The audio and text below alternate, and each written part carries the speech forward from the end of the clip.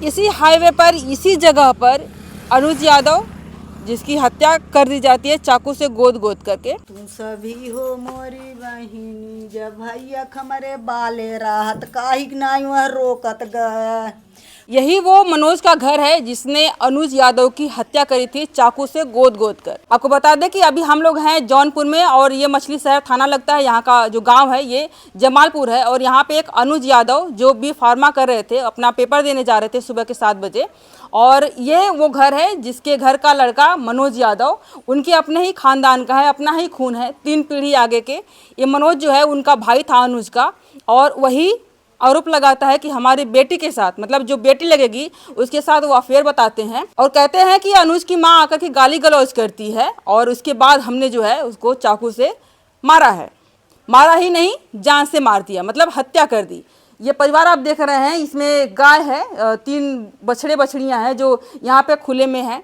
ये घर है जो पुलिस ने खोला है, पूरा रूम अभी देखिए आपको खुला हुआ है। ये सारे रूम खुले हैं बिना बंद किए, बिना ताला लगाए ही, जिससे घटना को अंजाम देते हैं।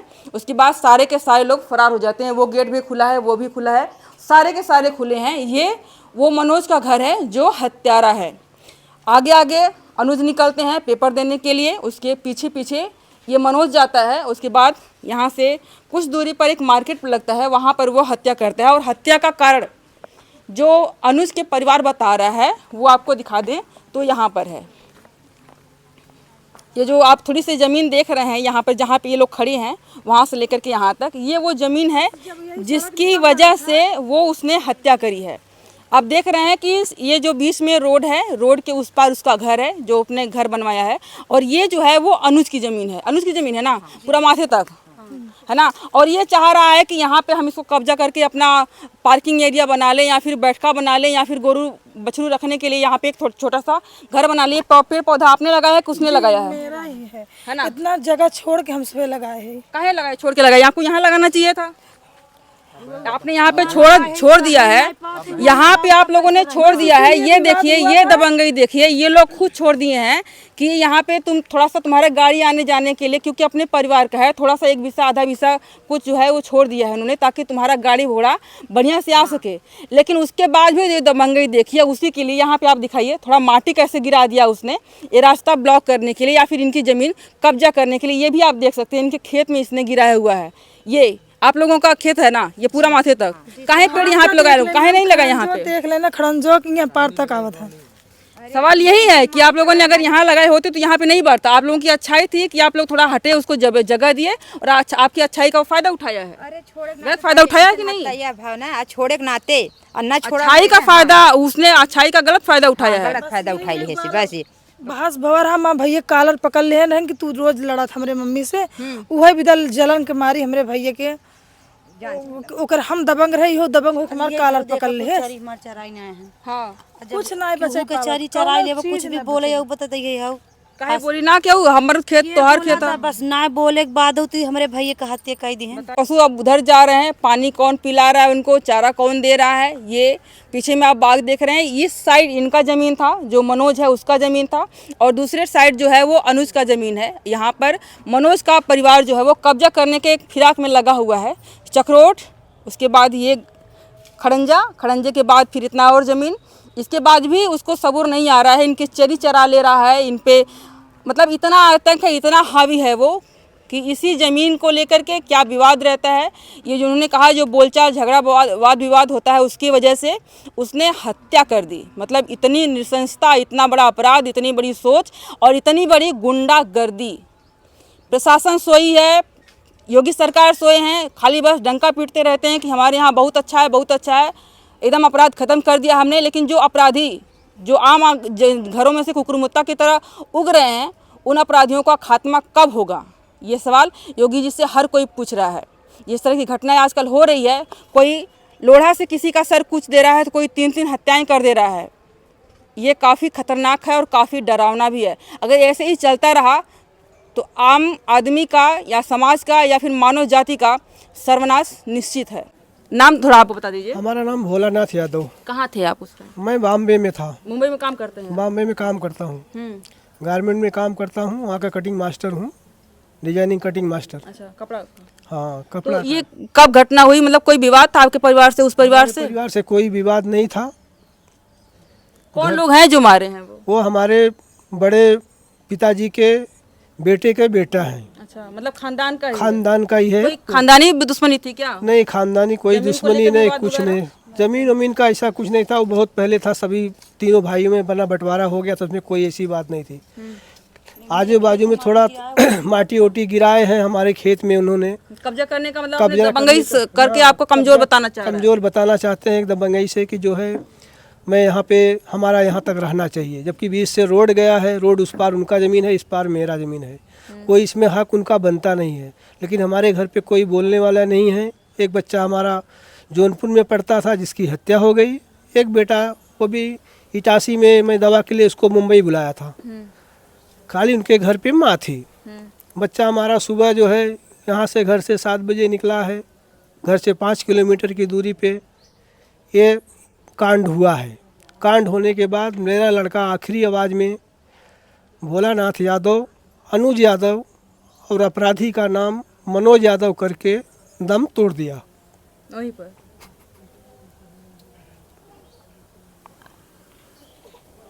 ये आप उनकी बहन है? आप लोग तो ससुराल रही होंगी।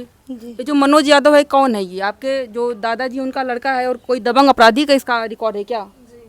अपराधी रिकॉर्ड है इसका? पहले से भी अपराध कर चुका है? अपराध कर चुका, मेरे भाई के साथ अपराध किया। हम लोग यही चाहते हैं, हम लोग कुछ नहीं जानते। मेरे भाई के जैसे हत्या किया, उसकी भी हत्या प्रशासन करे। बस हम लोग कुछ नहीं जानते हैं इसके बारे में। परिवार क्या कह रहा है? उनका परिवार से बोलचाल था कि खानदान के थे, या फिर वो भी दुश्मनी थी? हम लोग परिवार से, हम लोग उससे बातचीत नहीं थे। किसी से बोलचाल नहीं है? उससे किसी से कोई मतलब नहीं रहता। सब लोग यानी उससे अपना रास्ता बिरा के रखते थे। कोई नहीं चाहते थे कि हम इससे अपना विवाद फैलाएं। यही है। उस टाइम पे घर पे सिर्फ माता जी थी, और वो अच्छी तरह से बता सकती हैं कि कैसे कैसे घटना को अंजाम दिया गया है। तो थोड़ा सा उनसे भी बात कर लें।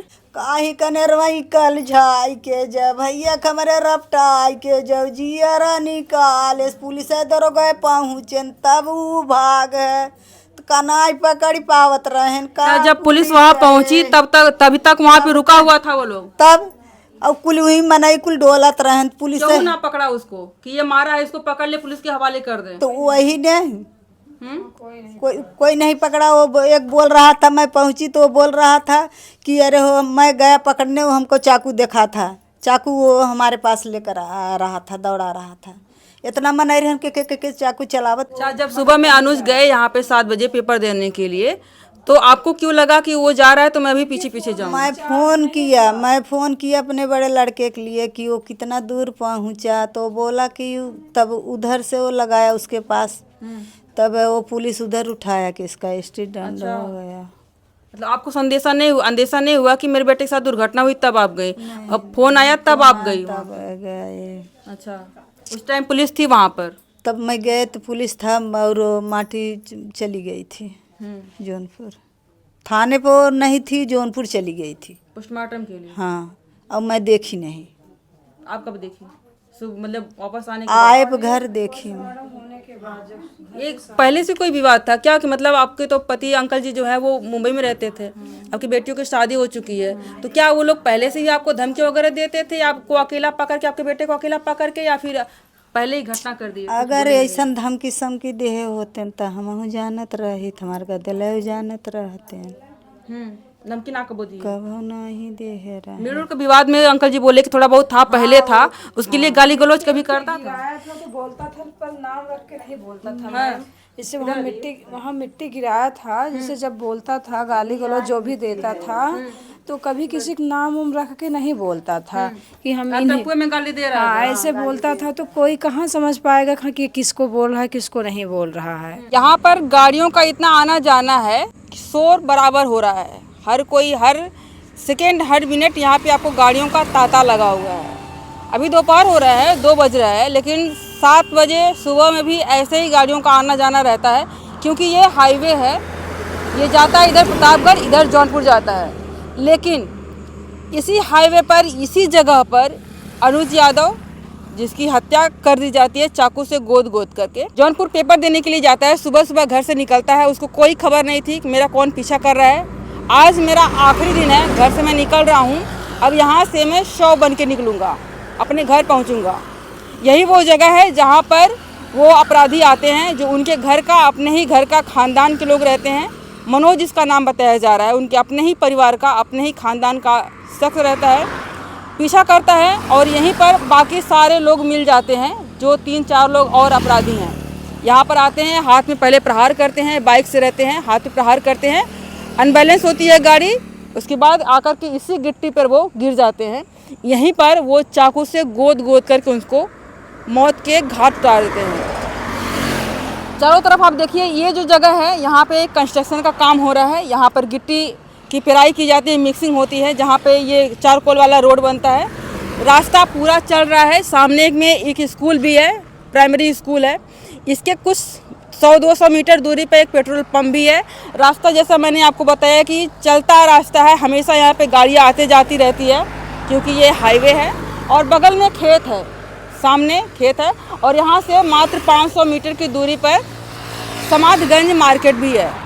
ऐसे में दिन दहाड़े सुबह सुबह जहाँ पे पब्लिक है, जहाँ पे लोग हैं, अन्य घटनाएं होती हैं जिसको रात में अंजाम दिया जाता है। लेकिन यहाँ पर आपको बता दें कि दिन दहाड़े सुबह में जहाँ पे हर कोई जगा हुआ है, हर कोई एक्टिव है, उस समय एक लड़के की, जो अपने देश का एक होनहार व्यक्ति था, बी फार्मा कर रहा था, डॉक्टरी करता, लोगों का इलाज करता, लेकिन उसके साथ ऐसी दुर्घटना की जाती है, ऐसी निर्मम हत्या की जाती है कि अब परिवार सदमे में है।